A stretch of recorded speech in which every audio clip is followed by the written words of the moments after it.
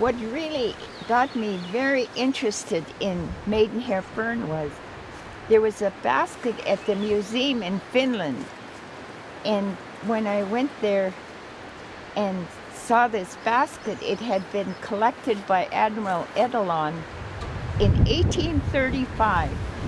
And that Maidenhair Fern on that basket was as beautiful as it was the day that she wove it. It still had that beautiful bright color. The thing I admire about the Ts'msyen weavers are they never use dye. They only use, the ones that from Metlakatla here, they only use Maidenhair Fern and the sun-bleached grass.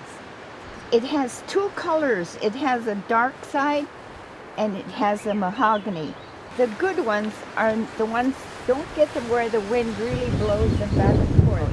You don't want wind-checked ones, and you'll feel it. If you feel along the edge, you'll feel it's smooth. But if it's wind-checked, there'll be little abrasions on it, and you don't want to get that. You really will need this size, and if you could get maybe 10 a piece, and we'll work on it. Can you explain to everybody what you do when you find the long ones here? How far down do you clip them? Oh, I go clear down to the bottom, and then I use a knife.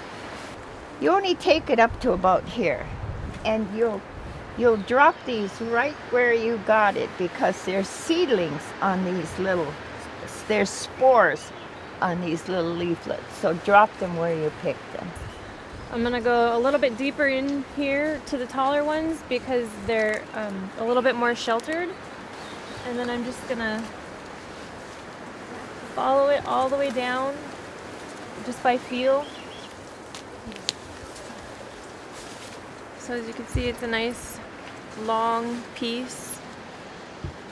It gets thin right up here. Like Nani said, you just want to pinch it off and drop all the little seedlings right back into the wood so they can grow again. Usually you get ones that are nice and straight, so I'm going to try and look for another one. Here's another nice straight piece. And as you can see, like Nani was talking about, it's got that beautiful mahogany color on one side and then this nice really dark color on the other side.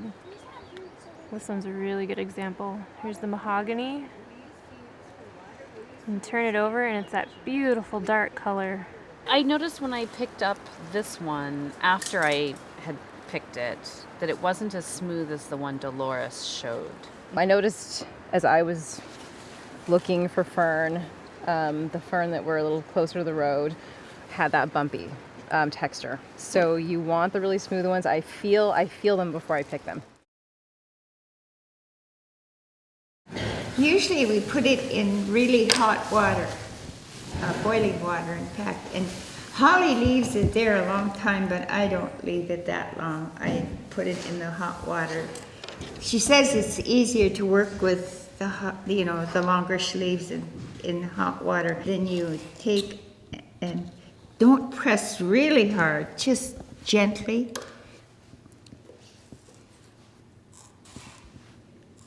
And these kind of knives are really good because it bends, it doesn't stay stiff. So Delores, are you flattening it? Yes. What you're doing is you're choosing there's two colors. There's this mahogany and then this darker side. And so what you try to get it really even so it's the mahogany is all on one side. But sometimes you can't do that and it's 50-50. There's a little inner pith.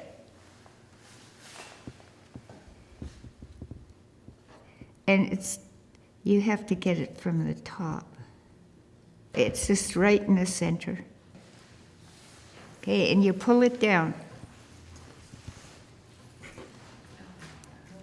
Whoops. See, it's been wind checked. See, there was an abrasion there. See why you don't want to get anything with an abrasion? So Nani, that pith is helping you split it? Yes, it splits right along that line. Do you think the hot water maybe helps separate? The hot water does. It when you have it hot and it's softer, it doesn't keep breaking. Yeah, you just put it in the boiling water. I leave it only for 4 or 5 minutes. But Holly leaves it for quite a long time. Sometimes she leaves it overnight. Oh, yeah. Oh, wow. Oh, yeah. Yeah, it really makes a big difference.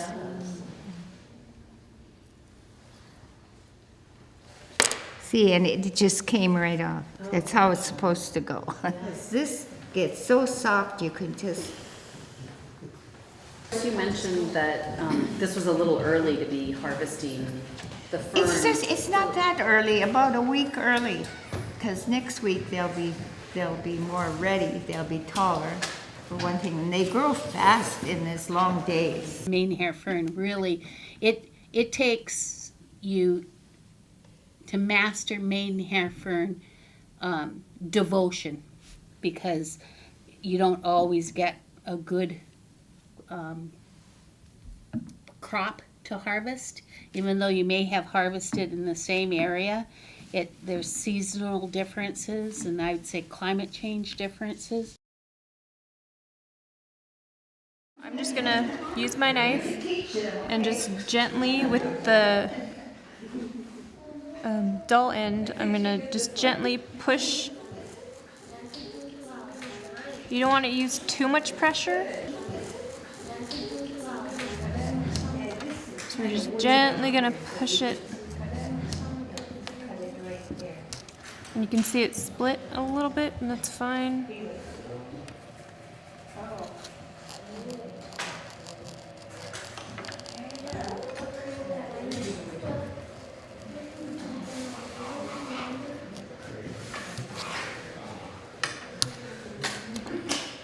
And now we're gonna open it up, and we're gonna take out this inner pith. So you just take that and you pull it to the side, and you just gently pull, and just take your time. It's coming out nice and easy, which means it was nice and sheltered from the wind. Had it snagged, that would let you know that when it was young, oh, just like that, it took a lot of wind.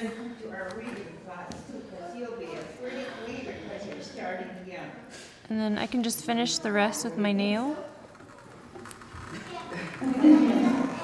So when you were pressing down with the dull end of the knife, was that splitting the sides of it? It was helping make this crease that my thumb is now following.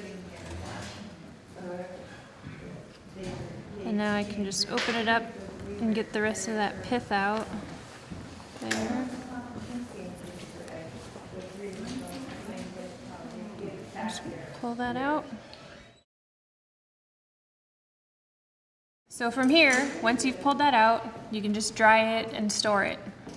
If it was a full piece that you just pulled, and it still has that green inner pith, then you would freeze it. If you're gonna prepare all of it now and weave with it, then it's gonna, see how it's naturally splitting apart into halves? It'll split into 2 halves. And again, I can just run my thumb along the side, and you just want to open it up. And it has that natural split in it from when you flattened it out. Just going to run my thumb along that.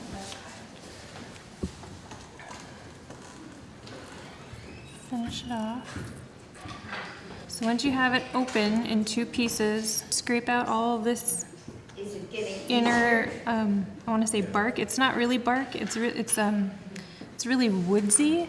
You can get slivers if you do it. If I were to scrape it with my thumbnail down, I'd get a bunch of slivers in my thumb. So I just a little bit at a time, I scrape up.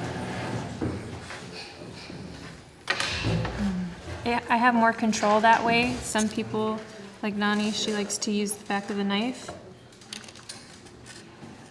and just get all that green stuff right out of there. The outside is the shiny part. That's the part you're going to be, you want showing as you weave. The true test to see if it's good to weave with is if it wraps around your finger. Because you want it nice and pliable. You can see this one cut in half, and that's just because it was cold.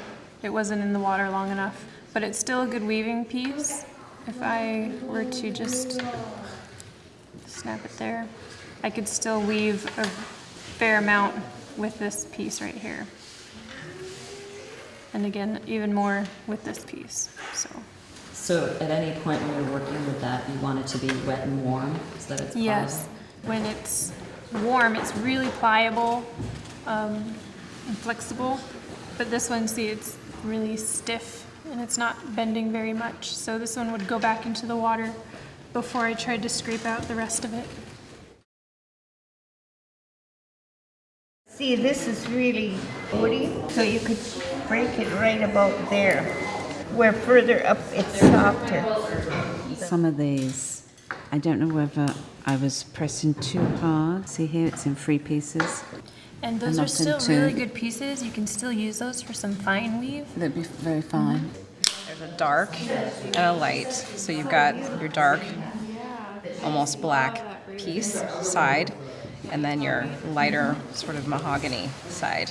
So then I just set those aside in piles so that we have one color and the other. For this, for example, here, it's thinner up here and it's thicker here. So I can use that for one basket, and I can use this side for another basket for a smaller piece. So like Delores was saying, I mean, you process a lot of this, and then you find the pieces that you need that will work for the piece that you're working on. Kim has split her Maidenhair Fern, and she's pulled the pith out. She's scraped the insides, so this is ready to weave with. So we're not going to weave today, so we're going to throw it in some of the press and seal wax paper so that she can throw it into her freezer and it's not going to crack or get bad. And she's going to use the sticky side for it.